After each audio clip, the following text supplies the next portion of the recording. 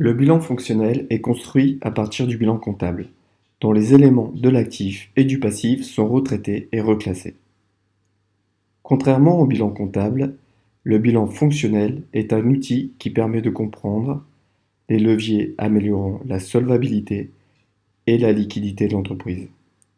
Il permet également de connaître la politique d'investissement et de financement des années passées et d'analyser les besoins de financement de son cycle d'exploitation.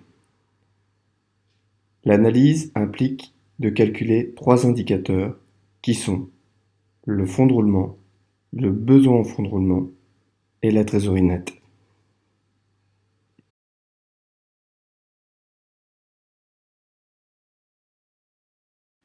Le bilan fonctionnel est construit en 6 grandes masses.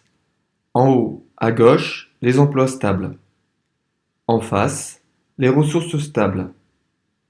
Au milieu, à gauche, l'actif circulant, comme pour le bilan comptable, mais en distinguant l'actif circulant d'exploitation et hors exploitation. En face, le passif circulant, en distinguant le passif circulant d'exploitation et hors exploitation. En bas, à gauche, la trésorerie active.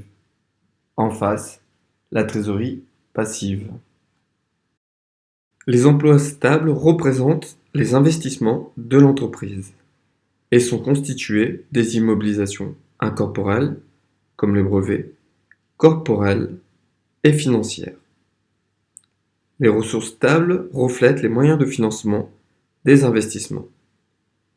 Elles sont composées des capitaux propres et des dettes financières à moyen et long terme. Le bas du bilan fonctionnel regroupe les actifs et passifs liés au cycle d'exploitation de l'entreprise. Il représente les actifs stockés destinés à être vendus, les créances et dettes destinées à être soldées sur une durée courte, c'est-à-dire une durée inférieure à 1 an. La trésorerie active est de l'argent immédiatement disponible, alors que le passif de trésorerie est constitué de découvert, prêt à moins d'1 an et facilité de caisse.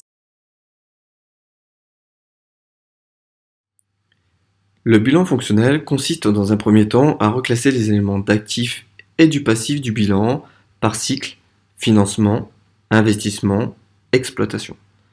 Dans un second temps, on retraite les éléments de l'actif que sont les amortissements et provisions, le capital souscrit non appelé,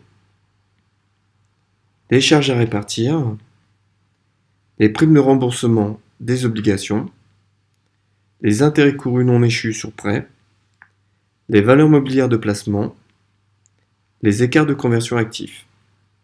Et au passif,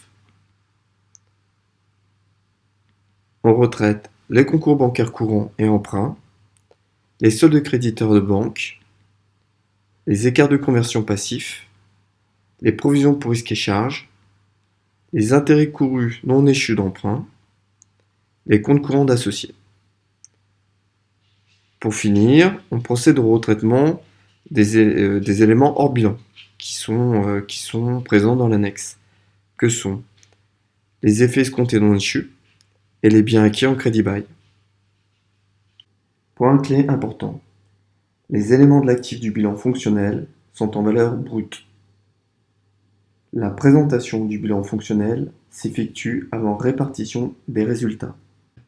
Dans d'autres vidéos, nous aborderons les retraitements de l'actif du bilan, les retraitements du passif du bilan, les retraitements hors bilan, et enfin, pour conclure, nous ferons l'analyse du bilan fonctionnel avec quelques ratios.